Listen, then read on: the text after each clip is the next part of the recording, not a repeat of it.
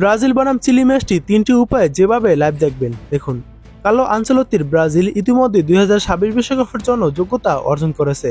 ১৬ match থেকে ২৫ point নিয়ে তারা পয়েন্ট টেবিলের তৃতীয় স্থানে রয়েছে। ভেনেজুয়েলার ধরাছোঁয়ার বাইরে থাকায় আনচেলত্তি এই ম্যাচটিকে তার স্কোয়াডের সাথে পরীক্ষা নিরীক্ষা এবং খেলোয়াড়দের মধ্যে বোঝাপড়া বাড়ানোর সুযোগ হিসাবে দেখতে পারেন। ব্রাজিল বনাম চিলি ম্যাচটি আগামীকাল ৫ই সেপ্টেম্বর সকাল ৬টা ৩০ অনুষ্ঠিত হবে। ম্যাচটি মারাকানা স্টেডিয়ামে শুরু হবে। কার্লো আনচেলত্তি নিজেও জানেন ৫টি বিশ্বকাপ জয়ী ব্রাজিলের শিরোপা খরার কথা।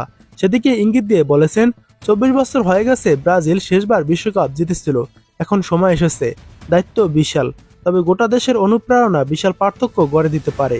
এই ম্যাচ হার বা জিত তাতে কিছু যায় আসে না আনচেলত্তির। বিশ্বকাপের জন্য প্লেয়ারদেরকে গুছিয়ে আনাটাই তার এখন বড় দায়িত্ব।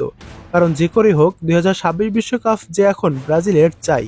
এই লক্ষ্যে আনচেলত্তি নতুন এবং পুরাতন খেলোয়াড়দেরকে ব্রাজিলের স্কোয়াডে এনেছেন এবং আনচেলত্তি একাদশও তরুণ এবং বয়স্ক খেলোয়াড়দের নিয়েই একাদশের ভারসাম্য সাজিয়েছেন আগামীকালকের ম্যাচের জন্য।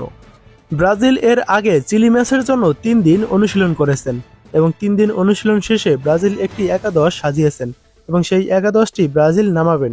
সেই ভিডিও আমাদের চ্যানেলেই দেয়া আছে, চাইলে আপনি দেখে নিতে পারেন। এবার দেখুন ব্রাজিল ও চিলির ম্যাচটি আপনারা যেভাবে খুব সহজে লাইভ দেখবেন। বাংলাদেশ সহ উপমহাদেশের কোনো টিভি চ্যানেল সরাসরি সম্প্রচার করবে না এই ম্যাচ, তবে অনলাইন স্ট্রিমিং প্ল্যাটফর্মে সাবস্ক্রিপশন থাকা সাপেক্ষে সমর্থকরা দেখতে পারবেন এই খেলাটি। এরকম কয়েকটি চ্যানেল হলো ব্লেন স্পোর্টস, ফক্স স্পোর্টস এবং গ্লোবো। এগুলো সাবস্ক্রিপশন টাকার মাধ্যমে দেখতে পারবেন। তাছাড়া যারা ফ্রিতে দেখতে চান তারা ম্যাচ যখন চলবে আগামীকাল সকাল ৬টা ৩০ আপনারা ফেসবুকে গিয়ে ব্রাজিল বনাম চিলি লাইভ ম্যাচ টুডে লিখে সার্চ করে দিলে বিভিন্ন পেজ থেকে আপনারা খেলাটি দেখতে পারবেন। তাছাড়া খুব সহজে একটি অ্যাপসের মাধ্যমে আপনারা খেলাটি দেখতে পারবেন। আমি স্ক্রিনে একটি অ্যাপসের নাম দিয়ে দিয়েছি। এই অ্যাপসটি গুগল বা ক্রোম ব্রাউজার থেকে নামিয়ে ব্রাজিল ও চিলির ম্যাচটি আপনারা সেখানেই ফ্রিতে দেখতে পারবেন।